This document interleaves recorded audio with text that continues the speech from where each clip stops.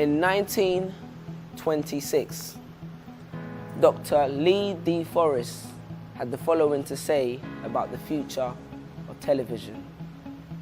Although technologically and theoretically television is feasible, commercially and financially it is an impossibility and a development of which we waste little time dreaming. In 1977, Ken Olsen, founder of DEC, was quoted as saying, "There is no reason why anyone would ever want a home computer." In 1876, Western Union rejected the telephone, saying, "The idea is idiotic on the face of it, and we would not recommend its purchase." What did Instagram see that Kodak didn't? Because Kodak at its peak had about 140,000 employees, when Instagram, with only 13, recently sold for about $1 billion. You know what's funny? The scientists at Kodak actually helped develop the digital camera that would eventually take them out of business. So why, when that was developing in potential, was the company stuck still developing pictures? Something that you created ends up becoming one of your biggest opponents. Man, looking back through the timeline, that must have been one hell of a Kodak moment.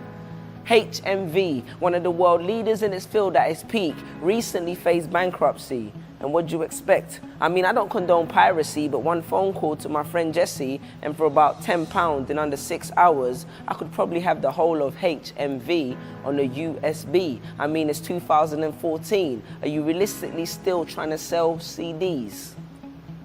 Are you starting to see what these companies have in common? Not only were they too afraid to take risk in their business, they were also not crazy enough to believe that they could invest in the future. Because as logical people, we become stuck in our ways, reluctant to change, function the same when there's nothing to gain. We always say to ourselves, if it's not broke, why fix it? Business people always say there's no need to reinvent the wheel, forgetting that all skyscrapers were once just slabs of stone. Google was once just a scrap of codes. Ironically, if you look at it from a perspective that's logical, the only true path to your dreams is to perceive what others deemed illogical. I can bet you right now that it's not too far-fetched that there's a kid in an apartment creating some kind of app that will disrupt your industry and put your job in the past tense simply because he's still crazy enough to believe in the scenes he saw in Star Trek. Because it's only crazy people that embrace what others tend to fear. I bet Kodak wished they'd had someone standing at the end of the line with a sign saying the end is near. Because how many times have you passed on new opportunities in your business when you could have been exploring them? Thinking, this worked in the past, so there's no need for me to hop in the DeLorean. But you see, everything that you saw in Star Wars and used to believe in and labeled insanity is now a potential reality.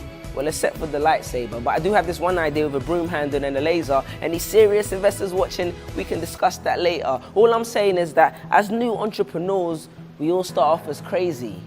But as time goes on, we learn to put our guns on safety. And we never really realize when it's happening. For instance, a man sent me an email titled, "Why I Hate the Internet."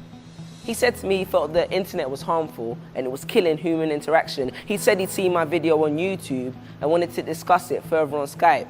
He said I could find more details about his campaign on his website and I should check his LinkedIn profile to see that he was justified. He ended the email by asking if I could follow him back on Twitter. It's kind of like when you look around and wonder why all your friends are getting married or having kids when you're just too afraid to admit to yourself that you're actually getting old. But this just is not about people's reluctance to take risk in business, but also people's unwillingness to take risks in life. But when you look at the world, you'll see that old ideas saved it, current ones sustained it, but it's the crazy ones that changed it. If you don't change, you don't grow. If you don't grow, you aren't living. Gail Sheehy. So this is my message to you all. Its only contents a single quote written in italics saying, appreciate the past, utilize the present, and don't be afraid to create the future. Peace.